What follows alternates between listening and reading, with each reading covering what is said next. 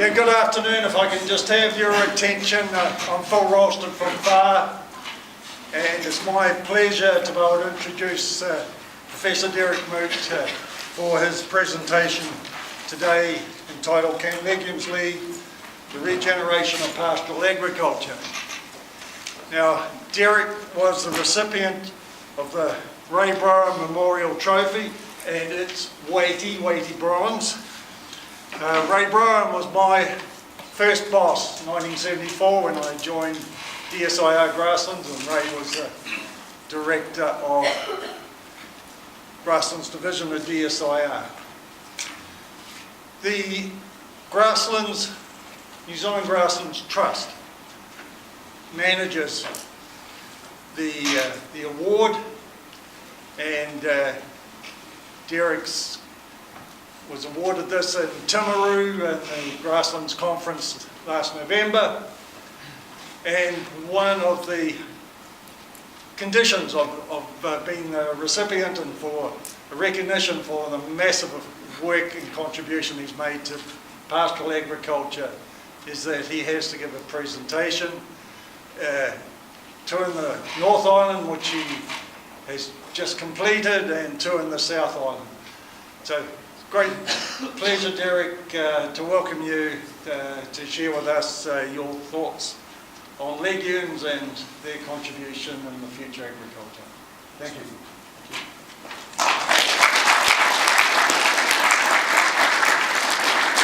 First of all, I'd like to thank you all for coming, because I know everybody's busy, and I appreciate you taking the time to be here.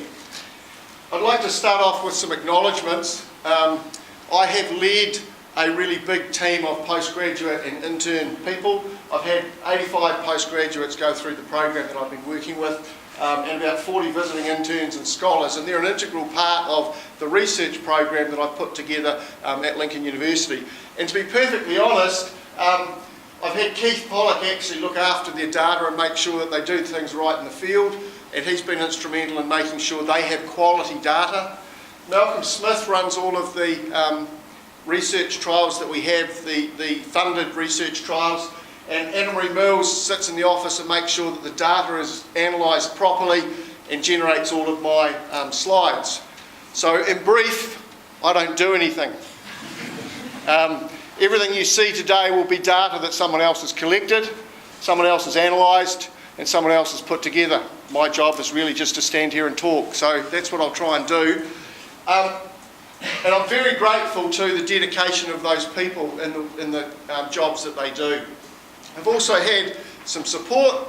As a young researcher, I spent 10 years doing research with a number of very good PhD students and had no research funding at all. And then after 10 years, I started to get some research money. And the research money that I get tends to come from industry. You'll note there's no Forced or Morse sign up there, because they're not actually interested in the sorts of things that I do. Very early I found out that the government funding systems weren't going to operate towards the sort of applied research that I do. So that's what I do. I do applied research, and I'm very grateful for the funding that we've had from these organisations. What I want to do today is talk about agricultural science, give you some background of the science that has underpinned the systems that we've tried to create that we've been dealing with in a dryland context. And I'll give you a little bit of background around Doug Avery's case study in Lucerne. But I'm not going to go into any of these in huge detail. I'll also talk a little bit about our current work in the hill country and the high country, and then maybe see whether some of the things we've done in a dryland context have some application to the irrigation situation in Canterbury. I know I've spent a lot of time where the sheep and beef farmers have been trying to learn from the dairy farmers. We're going to see if there's anything we can learn in reverse. And perhaps I'll take the opportunity when I'm here representing the New Zealand Grassland Trust rather than Lincoln University to have a few reflections of my 20 years as a researcher. So some background. For me, climate change is going to occur, and I came back and started, I did a postdoc on climate change in the UK, and I came back and went, well, who are the most vulnerable farmers in New Zealand if climate change is going to occur? It's dryland East Coast farmers. Who's doing research in that space? No one. And the university allows you to do that. Choose where you think research might happen. And so that's what I've done, and that's what I've really been doing and leading for the last 20 years, is research into the dryland space. Initially, I didn't used to talk to farmers about climate change. I didn't need to. It wasn't an issue I needed to have. You can lose your credibility fairly quickly if they're quite anti. Now I'm more than happy to say, look, I think what we're dealing with here is what's going to happen. You're going to get more of these intensive droughts in North Canterbury, etc. How do we create systems that can overcome that? The other thing I want to acknowledge is the role of nitrogen fertiliser. And I want to be very clear that without nitrogen fertiliser, 5 out of every 7 of the people in this room wouldn't be here. Before the Haber-Bosch process came along and nitrogen fertiliser was created, there was about 2 billion people on the planet. Nitrogen has enabled us to eat. Everything that you ate today will have been produced with the assistance of nitrogen fertiliser. So it's a given that the world's population has relied on nitrogen fertiliser to get where it is. And predominantly that nitrogen fertiliser has been used for growing the main crops that we think about as the staple foods that we have: wheat, rice, maize. So that's where nitrogen fertiliser has been used. And New Zealand has caught the bug. So when I was a student through the 80s, early 90s, I was being taught about the value of legumes in our pastoral system. I was being taught about ryegrass and white clover together as a basis for our pastoral agricultural system. And that was about it. From then on, we've used a huge amount of nitrogen fertiliser that's been imported into the country. One of the things we don't tend to talk about or think about with that nitrogen fertiliser is its cost. So we're all aware of the nitrate component of leaching that might happen from intensive systems, but we forget nitrogen fertiliser is also a very energy expensive process. It takes a lot of energy from a petrochemical basis to produce nitrogen fertiliser. And so we are essentially contributing hugely to our CO2 emissions from the amount of nitrogen fertiliser that we're actually using as well. So what I wanted to do was see how does this nitrogen affect the dryland pastoral systems that I'm trying to work with. And this was the simplest experiment I ever designed that Anna Marie Mills did for her PhD. It was a Wana cocksfoot. For anyone that knows Wana cocksfoot, it was bred to be persistent. 9 years old was this Wana cocksfoot stand, had no legume in it, and we said, righto, that's typical of what a Canterbury dryland farm would look like. Now let's change it as though we were irrigating it. So let's do some things. Let's put some irrigation water on it. Let's put some irrigation plus some nitrogen. But also let's just put some nitrogen on it. So that's what we did.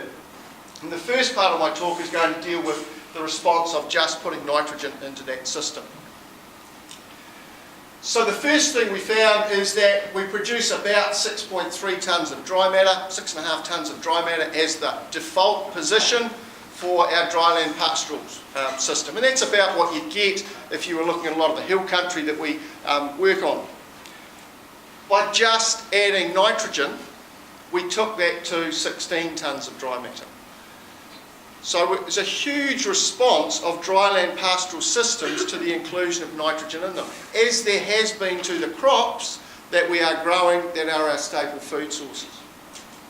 If we look at this system here, what we're showing is that they're growing off the same bucket of water, and that's what this graph says. It says that if the bucket is full, so I've got plenty of moisture here, my dryland without nitrogen system here is the orange triangles, and we empty the bucket. And so instead of starting here on the first day of spring, we just accumulate temperature, but we basically empty the bucket until we get a bit of rainfall, and we get a bit more soil moisture, and then we get a bit more as we came through the end of the season, and during the winter we fill that bucket up.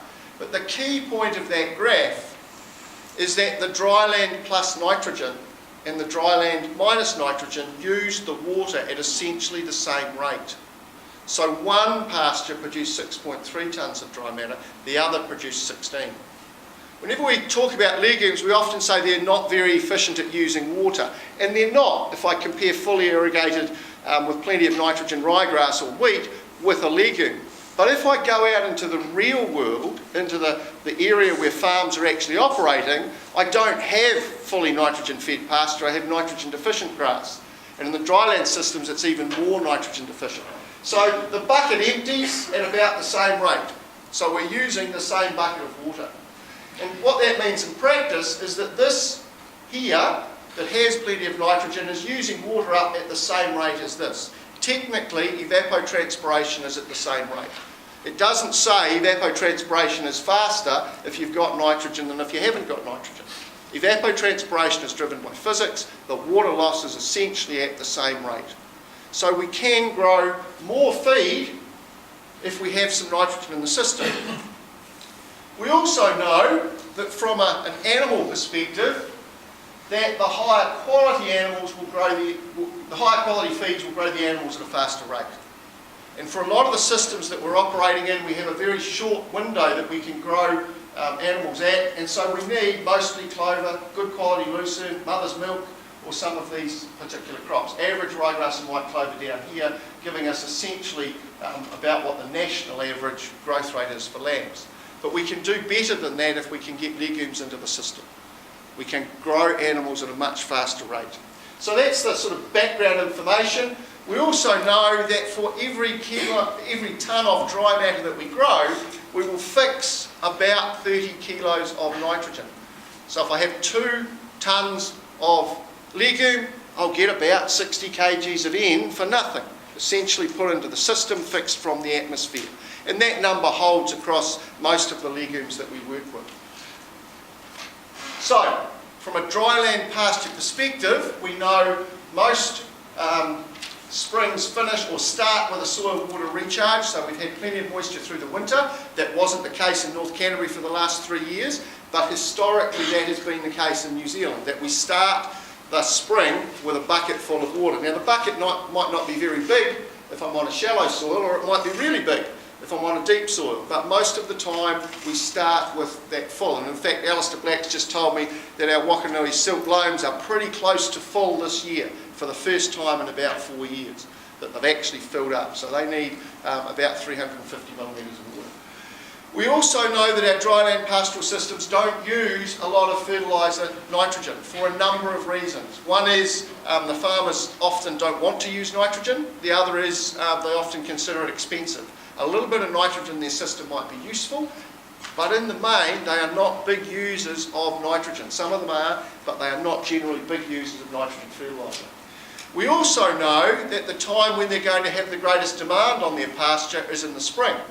Lambing, calving happening, huge amount of feed coming into the system, animal demand coming into the system that we have to try and meet with the feed source.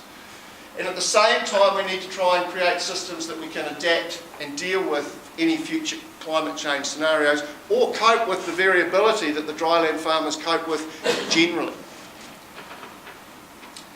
We want sustainable systems. The triple bottom line's been around for a long time, financially, socially, environmentally. And there's limited cultivation. That triple bottom line, sustainable, has actually become regenerative. The vernacular, the common language now is saying, I don't want you just to sustain the farming system, I want you to regenerate the landscape. I want things to be better than they were. And that's the pressure that's coming now with a regenerative conversation rather than just a sustainable conversation. And these things might just be starting, but you can guarantee they'll come into the public consciousness in time. So, the first, and for many of you, an example that you'll be well aware of, Doug Avery's property on Avery in Marlborough. Some of you may not be, but Doug was going through a system where he had 9 years of drought.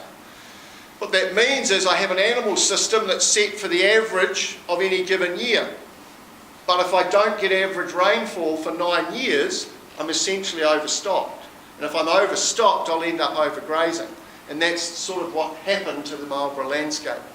Doug tells me when we first met, when he first came down to hear me speak, he worked, his income was $300,000 and his expenses were $300,000, so he'd essentially worked that year for nothing. So he needed something different. The main graph that I've used for helping dryland farmers convert into a lucerne transformation is this one. I have a bucket of water in the spring, and in this case that bucket's about 220 millimetres. of water. Now that's the moisture that's in the soil plus any rainfall that I get through the spring. About 220 millimetres of water available to us. And if I have a very grass dominant pasture like that cocksfoot that I showed you, I'll get about 13 kilos of dry matter per hectare per millimetre of water, or 3 tonnes of biomass. If I convert a dairy farm on the Canterbury Plains, ECAM will expect me to do 20 kilos of dry matter per hectare, per millimetre of water. So that's sort of the expectation when I've got some nitrogen or I've got some clover in there. Because the grass dominant systems are not very efficient at using water. The real kicker is that my lucerne can do 30 kilos of dry matter per hectare per millimetre of water during that spring period. And it does that because it's not nitrogen deficient, and it does that because it's remobilising a lot of root reserves that it stored the previous autumn to give us a flush and bulk of feed coming through in the spring period, exactly when a dryland farmer needs it because his feed demand has gone up. So it suits that system where you have large number of animals requiring feeding early in the spring, and the lucerne gives us that bulk of feed per unit of water, more than anything else.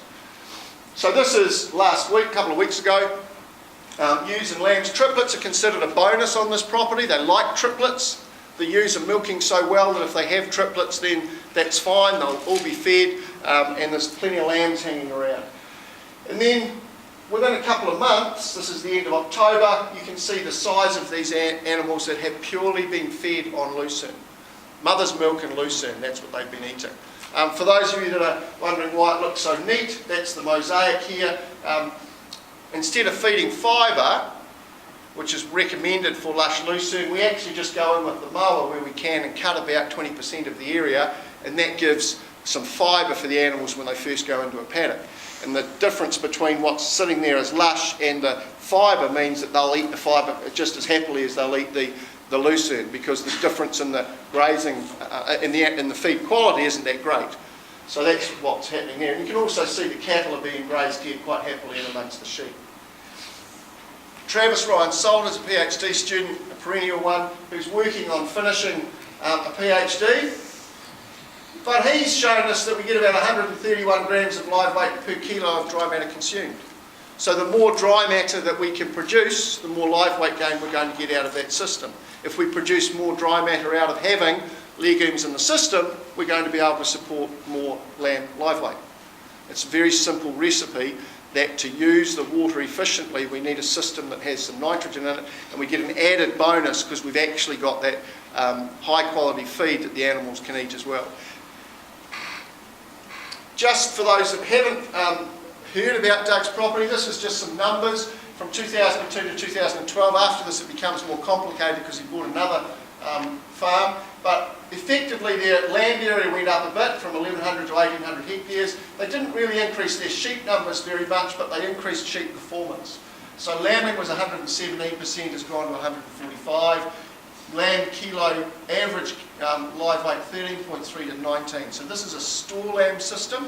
You've only got 3 months. So this is a store lamb system, and these ones are going off prime. So an increase in the weight there. Overall, we're doubling the amount of lamb sold off that farm. Same bucket of water, Marlborough, 550 mils of rainfall. Same bucket of water, just using it through a much more efficient plant than the norm in that system.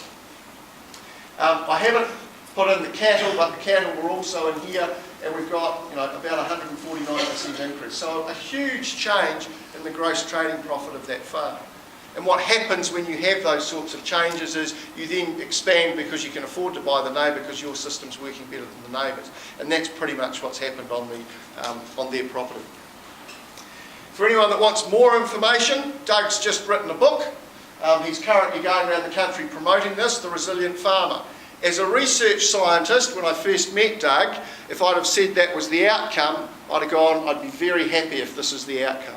What we've got here is a farmer who was failing, in his own words, he was struggling with mental health issues, and now he's very successful, both as a farmer and also he's actually out as an advocate for mental health in the rural area. But the title, The Resilient Farmer, is the thing that we were trying to create for these dryland systems. Can we create resilient dryland systems that will cope with the wet year and the dry year? And in this case, this example we certainly have. #1 best-selling non-fiction book in New Zealand at the moment. So it's resonated with a lot of people.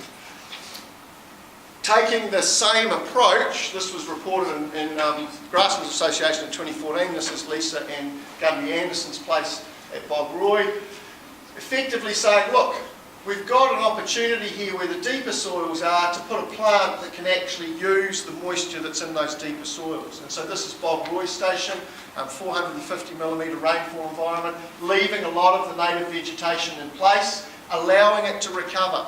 One of the huge benefits of having the lucerne in the system is that in the spring, instead of all the animals being spread out all over this country here, we could bring quite a few of them down onto the lucerne in a large mob. That allows that high country area to regenerate. It allows the annual clovers that are there, the advent of annual clovers, to reseed. It allows some cover on those pastures, which then allows the moisture to be used more efficiently. If you have bared off ground from heavy set stocking, then your moisture is evaporating into the air. It's not transpiring through the plant, so it's not very useful to you. So some real added synergies from having the lucerne in the system. Interestingly, the first time they were put on here, the neighbours rang and said, you better get the sheep out of your lucerne. Because in the high country, lucerne has traditionally been the main source of conserved feed for 120-day winter or 150-day winter. But in this case, we've said, look, why don't we change your system and grow merino lambs as fast as we can when you have feed? And the way to do that is with more lucerne being grazed in the system. And take the extra conserved feed when you need it, but you've got fewer animals because you're getting rid of all of them before Christmas or around Christmas. So you don't have the cost of making as much baleage or hay out of the system as well.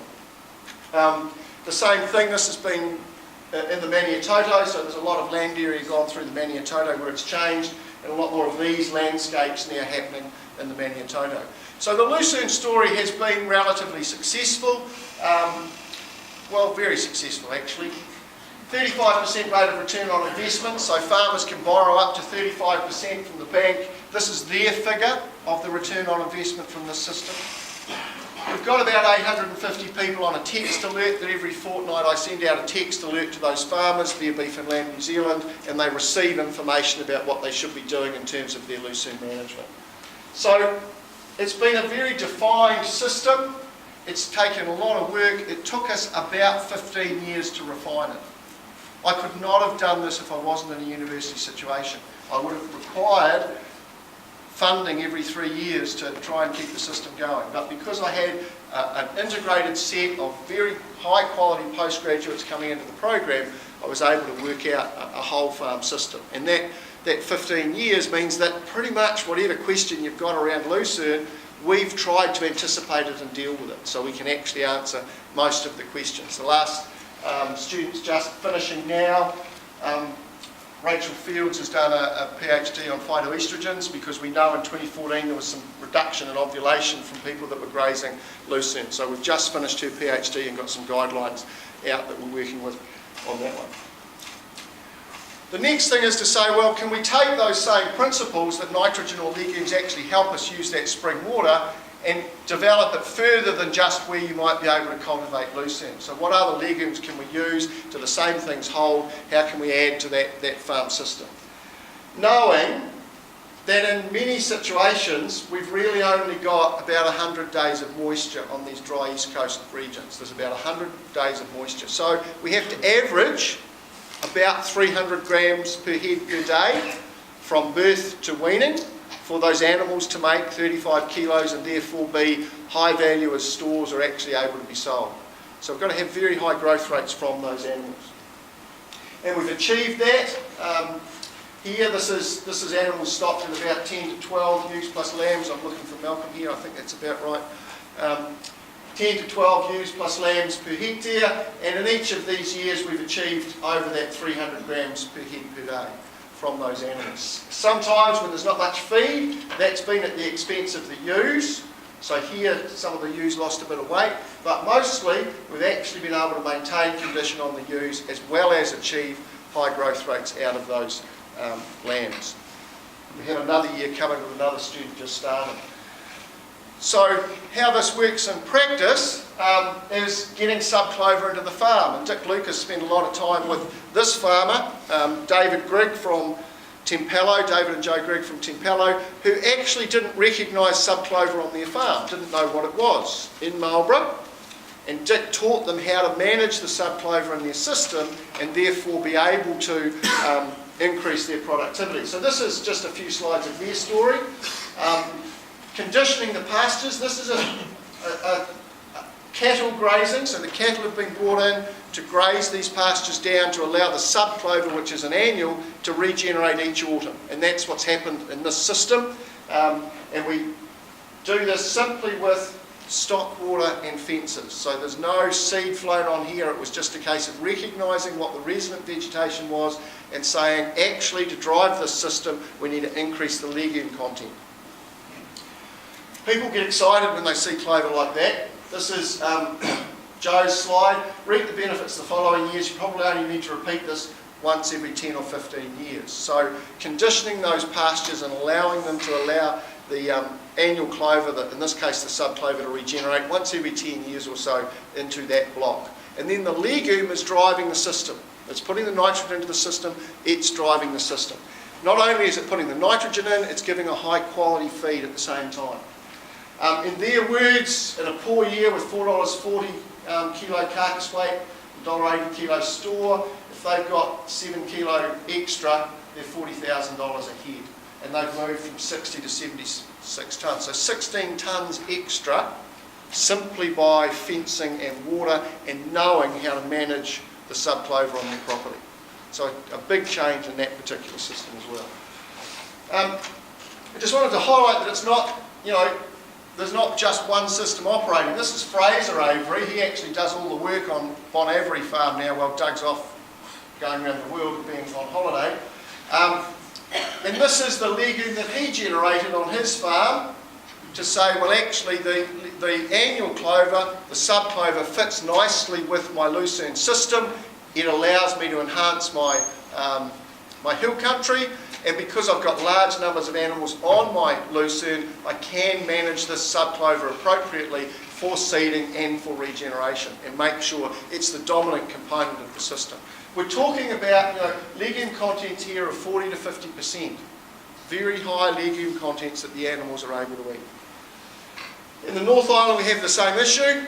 I visit the North Island quite frequently with students, and we have nitrogen deficiency we've got to deal with, so we're trying to give them the same information and the same story. And you can see these urine patches. Now, a urine patch on a hill country tends to run down the hill. It's not running off completely. It's not draining into the water. It's actually just running down the hill. And that's what's happening here. But you can see that we've got the same principle here. We've got some areas that have got plenty of nitrogen and areas that don't. So we're working at the moment at Glenside in the Wairarapa, trying to help them do the same thing on the north-facing slopes and increase the legume content simply by the Grigg technology of grazing management without any seed being introduced. These guys have got plantain working in a lot of their pastures. Can we add subclover to that? At the moment they tend to use red and white clover, which are later performing. Can we use some subclover in that system and get that legume going earlier in the spring for them and make that option available to them in that drier sort of area? In North Canterbury over the last few years we've had a big drought. One of the things I did last autumn was said to a number of the farmers, look, I know you've destocked, but I also know your pastures are dead. They haven't had any moisture for 3 years. Come spring, you're not going to have very high quality feed for them. Why not just over-drill, direct drill in 10 kilos per hectare of subterranean clover? And so a number of farmers did that last autumn. Fortunately it rained quite early, but if it hadn't rained it wouldn't have mattered. The seed would have still sat in the ground, and they have really good lush pastures. This is antas, huge. They've got leaves the size of my hand now. So there's quite a range of subclovers coming onto the market that are quite different from the ones that we traditionally had. And we're working in our Sub for Spring program on trying to look at where the different subs might actually fit into the farm systems. In the high country, the same principles. We were engaged by NZ Merino for about 2 or 3 years they funded some research, and the difficulty with that is the high country things happen quite slowly. So you just get started and then there's no funding. And that's pretty much what happened to us. But fortunately we have postgraduate students. So we were able to stay engaged with the high country and go, actually the problem still exists even if the funding isn't available. We're still going to try and solve the problem that you have. And the problem is that we have a huge amount of organic matter built up. Now, I might get offside with a few people here, but I don't really like organic matter. In the wrong place, carbon actually sucks up nitrogen. In the right place, that's hugely beneficial. But in a lot of these dryland systems, in a lot of these hill and high country systems, the issue is that we've become so carbon dominant that there is no nitrogen cycling at all.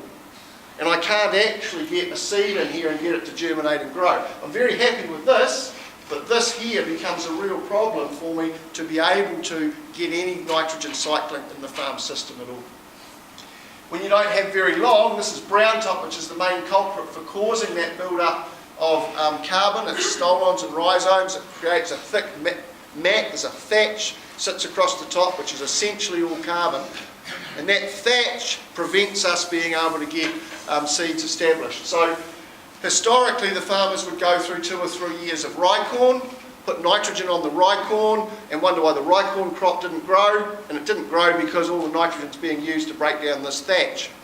The second year crop would look quite good because they've used that first year and they've fed it off in the winter, and those animals have actually urinated and defecated and put some nitrogen into the system to get things cycling. Now when you've only got 3 years funding, you can't wait for that, so you spray and burn, and that's what we did, and we removed the carbon here, looking at trying to get some pastures established. The other thing is my lucerne system works in some areas in the high country, but in other areas it's a disaster because you have high soil aluminium and the lucerne roots go sideways. They really don't like it. The other thing is that on those roots you'll struggle to find rhizobia. So Catherine Wigley, one of my PhD students, has been looking at aluminium impact on rhizobia and trying to see whether we can find any that are a bit more aluminium tolerant. But what you find is very nitrogen deficient lucerne because either the roots are destroyed or there are no nodules on here. And this sick looking stuff in the background here is the lucerne that's being affected by the high aluminium. So a couple of our PhD students are trying to blow lime. Often the aluminium is in a layer. If we can blow it down into the system, we may actually be able to change the soil pH and therefore change the exchange with aluminium and bind it up. So Daniel Martin Henry's doing this work. I've had to apologise to AgMart on 2 or 3 occasions because things happen slowly in the high country. And if you have a drought, actually 2 years later my lime pellets hadn't dissolved. So this spring they might have, and we're hoping that we'll get a real flush of growth this spring, which will give him the real key data measurements he'll have. So hopefully we've got that to report at the Grasslands Association in Tekapo next year. That'll be our target for that work. But we then said, well, what plant do we know that can grow in this environment? And fortunately, David Scott from Ag Research have done a lot of work.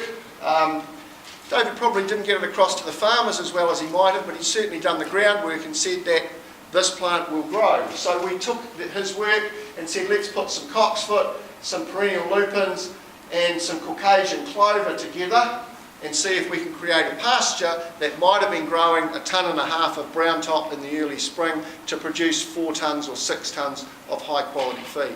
And so that's what we've done. This is work that we've been engaged with on Glenmore Station, and I think Will Murray's up to about 150 hectares. I might have that wrong, but I think he's around that sort of figure of this pasture that he's got growing now.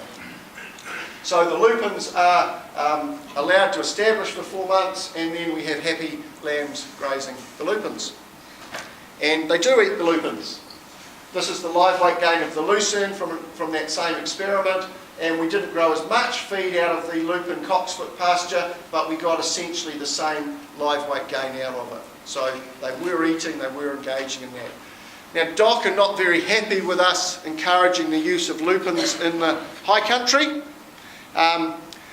Their the issue is that if we have lupins in the riverbed, they provide shelter for ferrets and stoats that then get the birds. And so our suggestion, advice to these farmers is that you're well away from those areas, and you drill, you don't oversow, you drill into areas that have got high aluminium, and you stay away from your waterways. And actually you can graze it at a period of time when the animals will come in and eat all the flowers. So you get very little seed drop unless you specifically want to get seed drop into those systems. So it's trying to solve the problems that we have of the same principle applies. We could use lotus potentially, but we'll have the same sort of issues. So the lupins is doing the same job. Getting rid of carbon is done in several ways, and we did that quite spectacularly earlier this year on the Port Hills. This is about 2 minutes from my place, and native forests do burn. Just because they're a native forest doesn't mean they don't burn, they also burn. And after the burn you get some hardy perennials coming back. Here's the Californian thistles, first coloniser, along with the cooch or twitch here, with the rhizomes sticking out and away we go, and the cocksfoot starting to regenerate afterwards. So we were asked to look at how we might control some of the weeds and vegetation on these environments. The second thing that started to happen is a sheen of germinating seeds coming across the landscape. As we looked closer, we found that they were actually subterranean clover. So in a lot of these peri-urban environments where grazing is not a major part of what they do, you get a big build-up of carbon again. And I can remember, I took my son out in February, we went out for a run. I went for a wobble, he went for a run as pre-season football training, and I had to stop. It was so dry, and I'm saying it was because it was dry, not because I was unfit, but I had to stop because I just couldn't get a breath. The humidity was such that I really just couldn't breathe. And so I turned around and came back and said, wow, this is ready to burn. And 2 weeks later, it burned. And it's from a flush of growth in the spring, a huge amount of growth being produced, and then a very dry summer. Ideal conditions. Now, most farmers in that situation know there is a fire risk and have animals and livestock, particularly around the house, and are grazing that down to get rid of that tag. But in a peri-urban environment on the outskirts of Christchurch, where farming isn't all that important, they're not doing that. That's not happening. And in fact, there's a lot of moves to try and get the grazing animals completely out of these environments. But they are a major part of reducing the fire risk that we have on the Canterbury, on the Port Hills. So that's what these pastures look like at the moment. This is regenerated. You wouldn't have been able to find, in fact we've got areas that are unburnt that you cannot find a subterranean clover plant. It's covered in brown top, it's covered in cocksfoot, they are just thatch grass dominant. But my honours student had a project change very quickly this year and ended up monitoring this. And so we've got plenty of legume going in these systems. The difficulty is that there's no stock in here yet either. And the stock are not a priority. If you've just had your house burnt down or your swimming pool destroyed by a monsoon bucket that was taking water from it, and all your water pipes have been melted and your fences are all gone, and you've still got a 9 to 5, or actually most of them are 8 to 7 day job, getting this fencing up and getting stock on it is not a priority. So these pastures will eventually regenerate and we'll have the same sort of problem again until we get some grazing happening. The other part was the gorse. So this was a gorse block on the 9th of March. It was a gorse block, and of course the gorse seedlings also germinated quite happily, and that was the 21st of April. Being a legume, first coloniser, they're doing very well.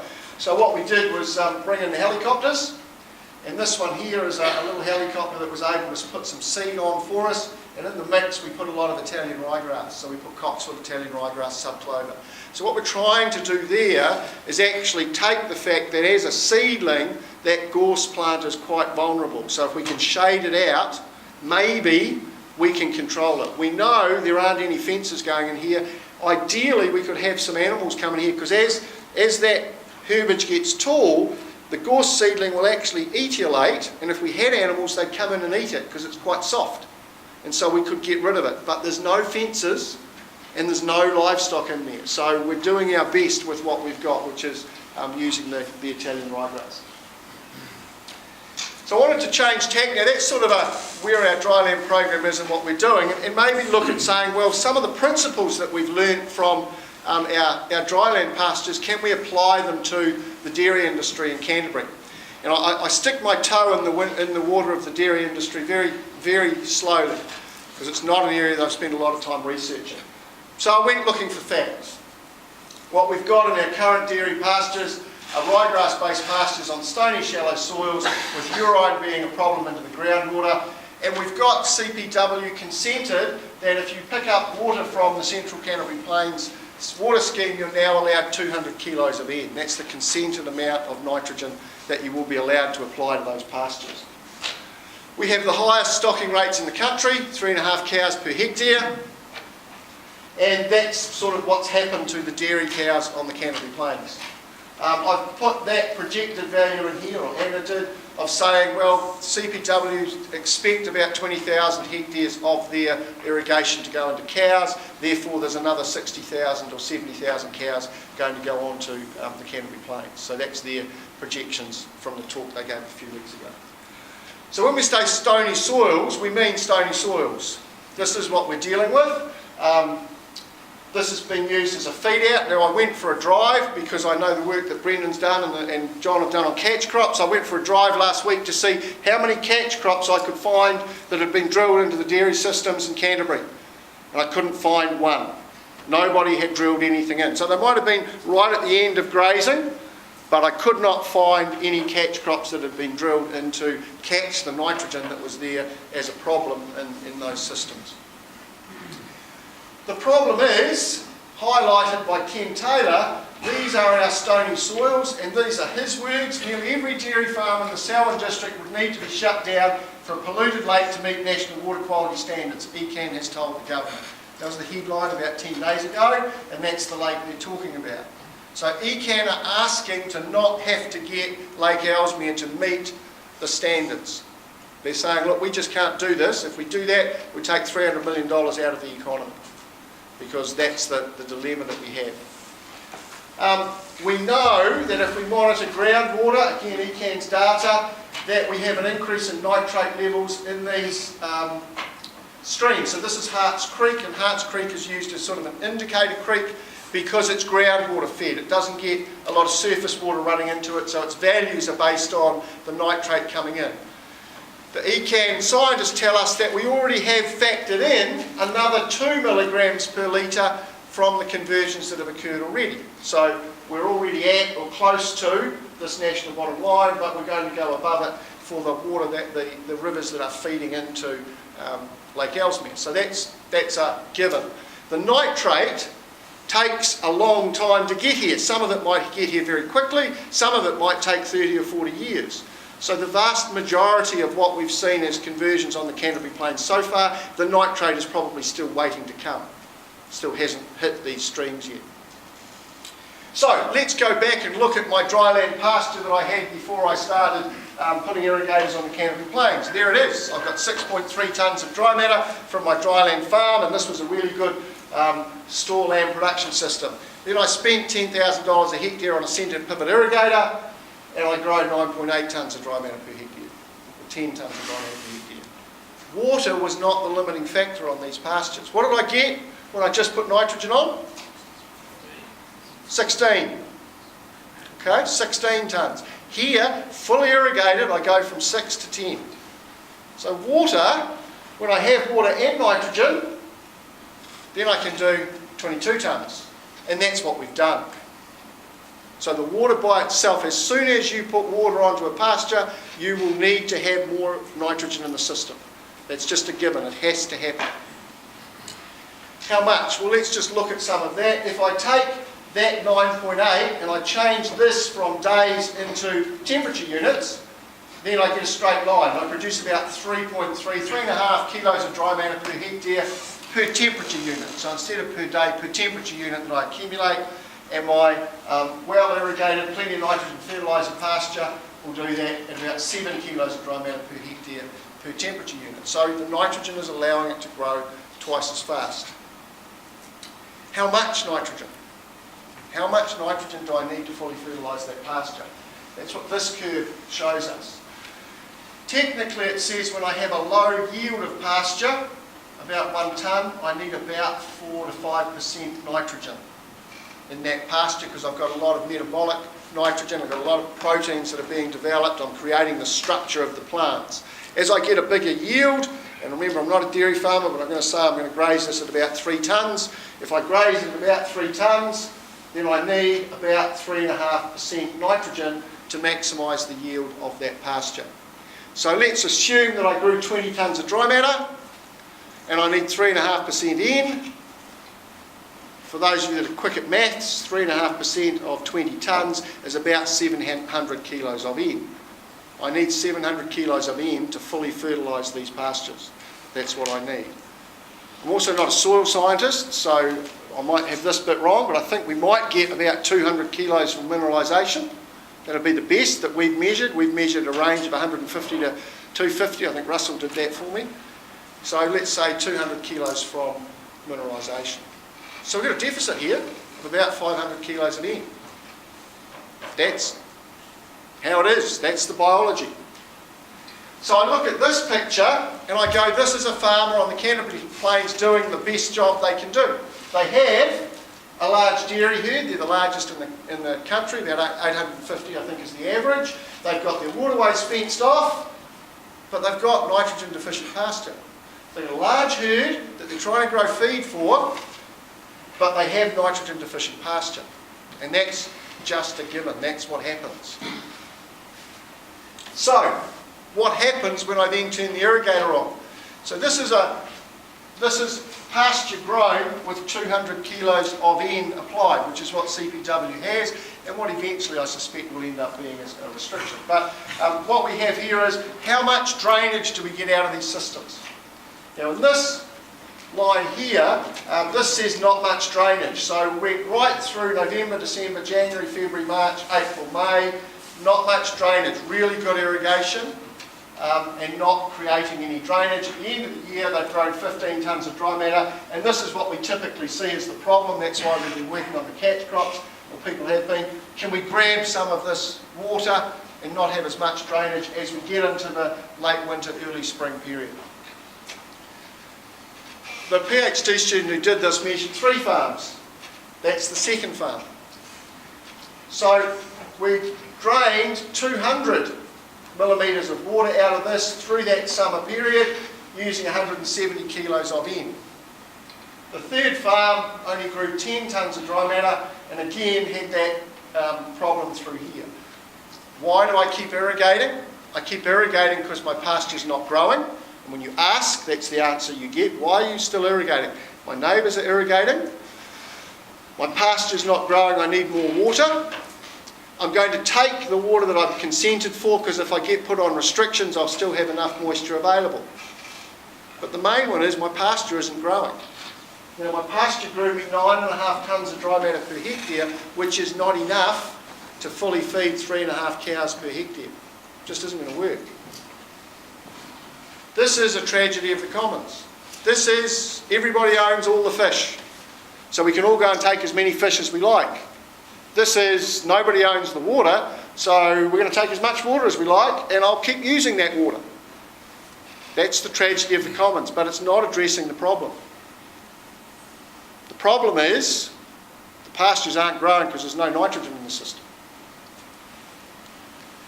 And we know there's no nitrogen in the system because we actually measured it. This is the nitrogen nutrition index. What it says is if I'm above 0.8, I've got adequate nitrogen for the level of herbage that I've got. So I showed you that declining curve. I'm at 0.8 of that maximum period. You can see on this farm, for all of November, December, January, February, we are at 0.6, 60% of the maximum. We have the same here when we come into the autumn. This is typical of the pastures on the Canterbury Plains. And I might say it's typical of the dairy pastures everywhere because it's the same thing when I go to the Waikato. You can see they're all nitrogen deficient. Very low nitrogen in our systems. So we have this dilemma. I get too much in one area and not enough in another. My urine patch is too much.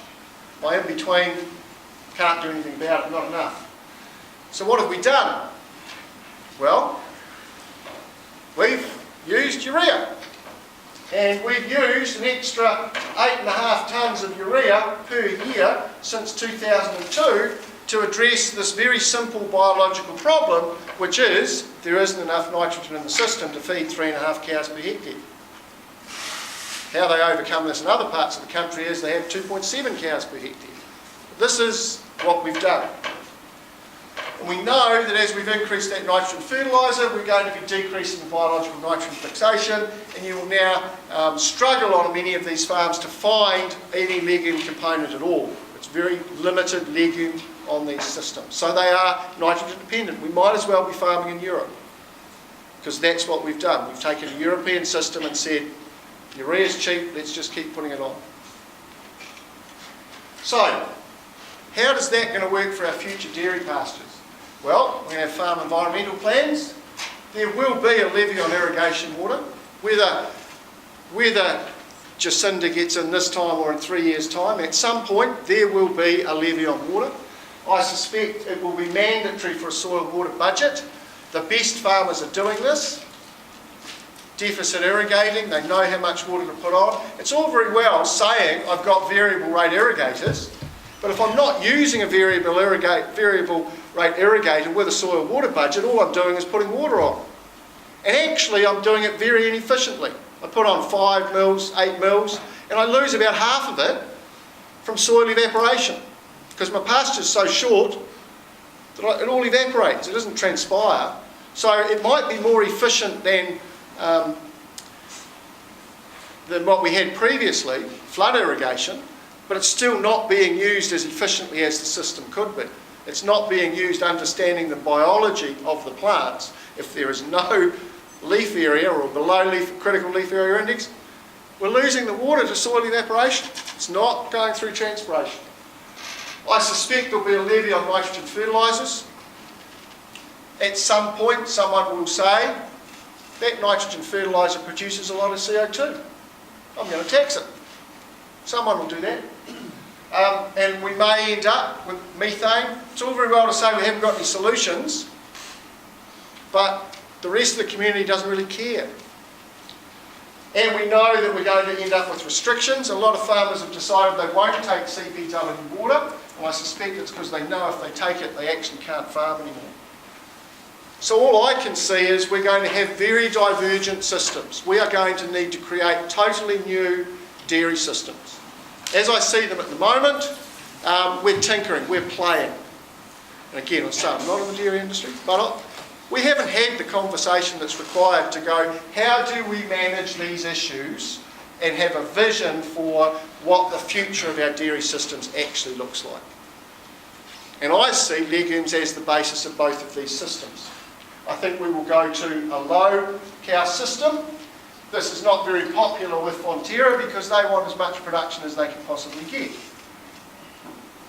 But if we want to reduce the environmental footprint, we will have some farmers, we already have some farmers who are using a low stocking rate. And then we will have others that will go to a very high stocking rate system. So we have farms that are operating with very high legume content. Tall fescue, the farmer is here. My quote from her, this keeps growing under water restrictions. So she has nitrogen in the system, she has the legume growing, this is a tall fescue based pasture. This is the red clover. It has a deep taproot. It can pick up more moisture, it won't need to be irrigated as frequently as the perennial ryegrass. Working with farmers in the North Island, I'm trying to manage lucerne grazing. Many of the cows in the world are fed lucerne. So we're doing that in the North Island on dryland systems where they have the middle of summer, it's very dry and their ryegrass shuts down. So how do we integrate some of this into the system?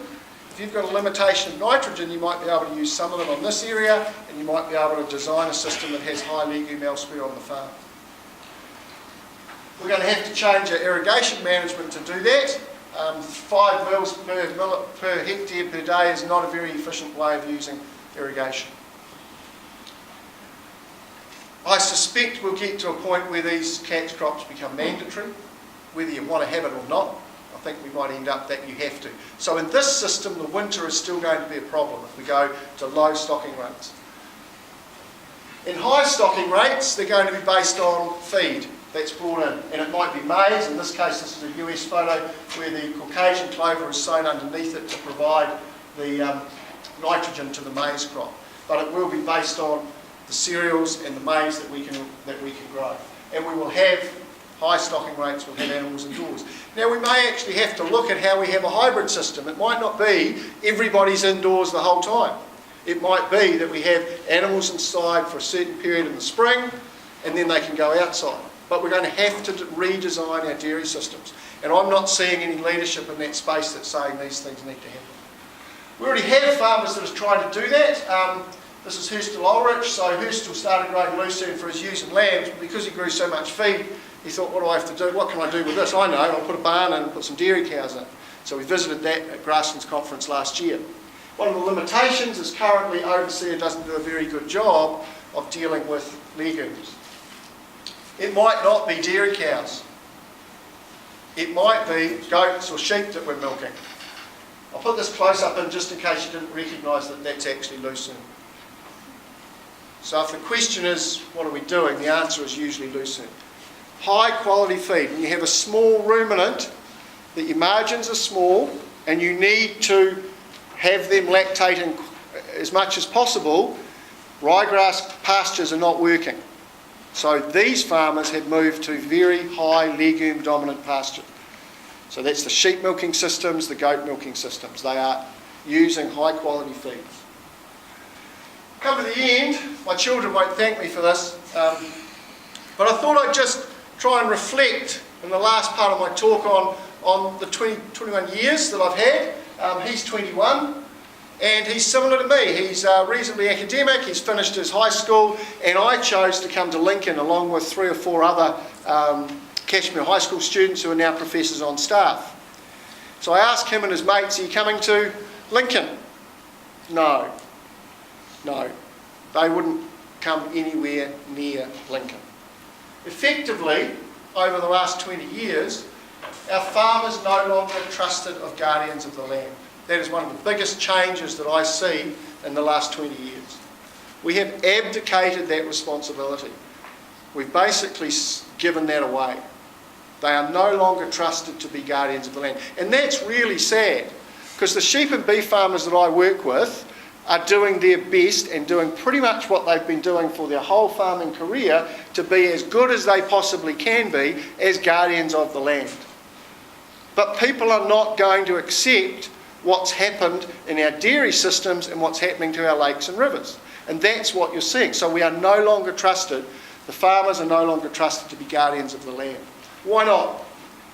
Well, my personal opinion is that industry leaders have been on the wrong side of the science debates.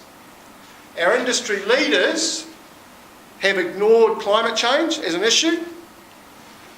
I've sat in many, many meetings where I get this waffle about whether climate change is going to occur or not. The industry leaders set the tone for where the conversation goes.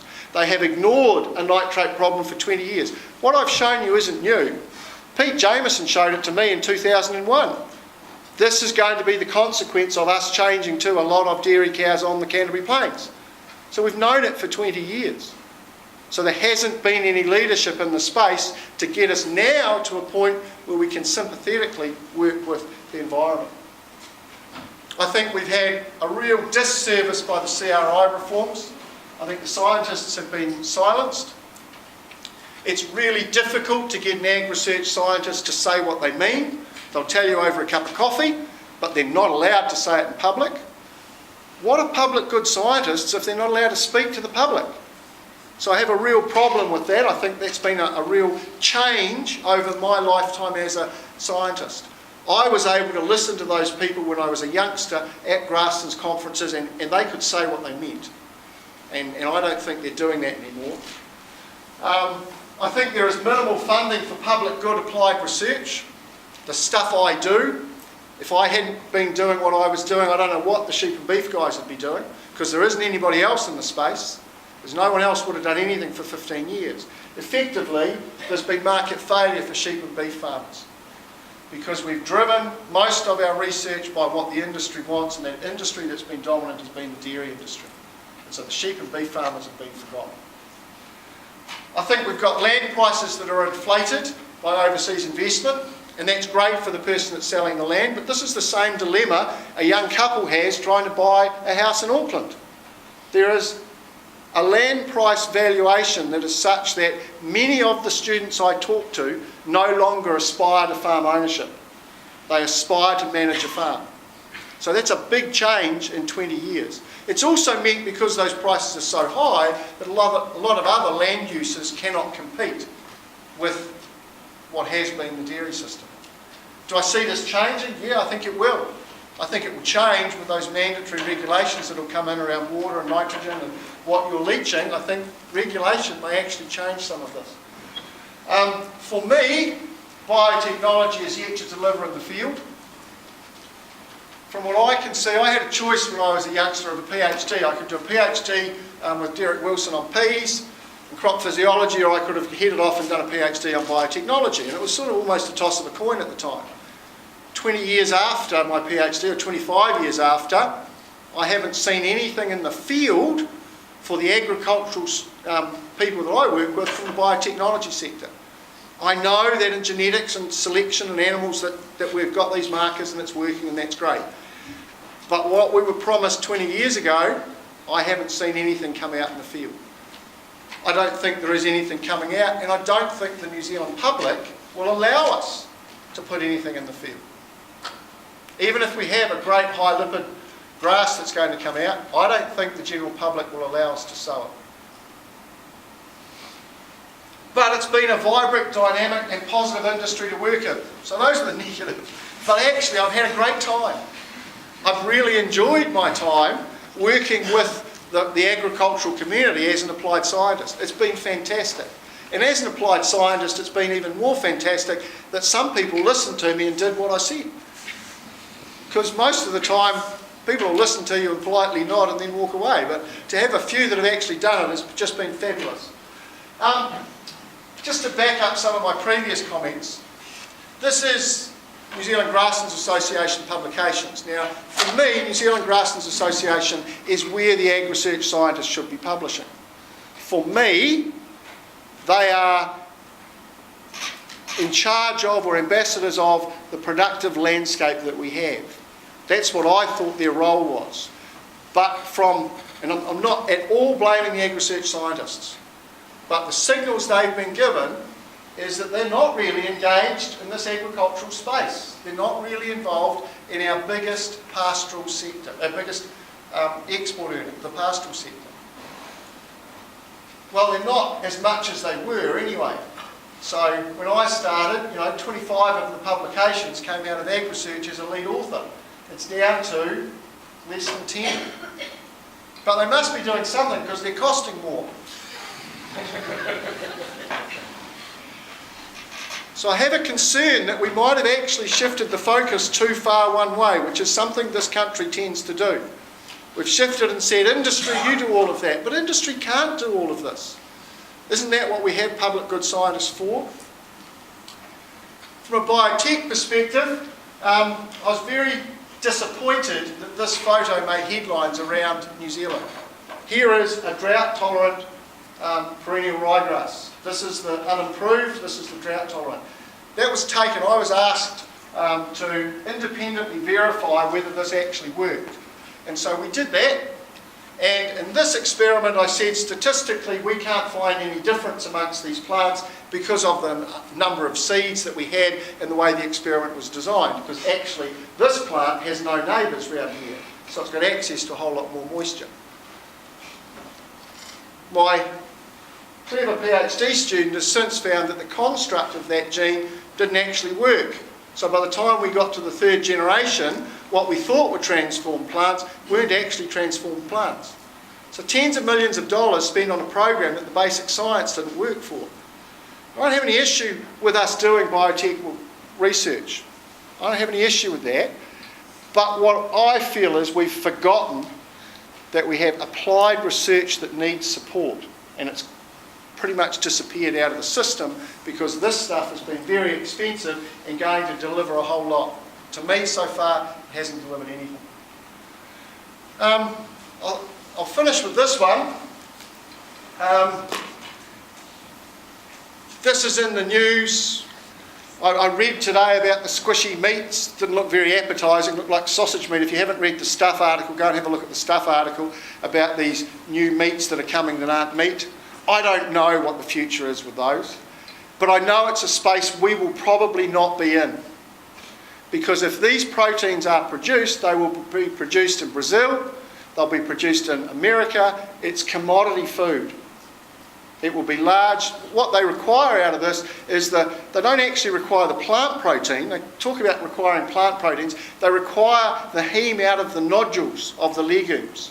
That's what's actually required to give you the red colour and give you the flavourings, the iron, etc. that you're looking for. So they don't actually need the above ground stuff. It's the underground stuff that they want. It'll become commodity. And if it becomes commodity, it's $2 a kilo stuff. $2 a kilo, it's a commodity that we don't want to be anywhere near. So we have to have farm systems that we can supply ethically to high value consumers who want to pay for our product. I'm not sure that all our farming systems currently sit in that space. I'm not sure that we have developed those farm systems to develop in that space. I think we need a lot more of a conversation about how we deal with those issues, how we deal with the environmental impact of some of the systems that we have operating. So I'll just conclude and finish. Nitrogen feeds the world and it pollutes the world. That happens. Biology cannot be fooled. The data I've shown you is the real data. Our perennial ryegrass is nitrogen deficient all the time. Farmers will respond to that by putting urea on. Is that what we want them to do? We can tinker at the edges and try and not get them to do that, but ultimately, if you're growing 9.5 tonnes of dry matter at 3.5 cows per hectare, you're either going to spend a lot of money on conserved feed or you're going to find a different way of farming. You'll put urea on. We've generated some regenerative legume systems. I think there's application to other farm systems, and at the moment we're looking predominantly at the hill country areas and the high country. The agricultural science capacity currently doesn't exist to be able to do this. Regulation, more is coming. You can get upset about it, but it's coming. The synthetic proteins will start to be called clean proteins. They won't be synthetic proteins, they'll be clean.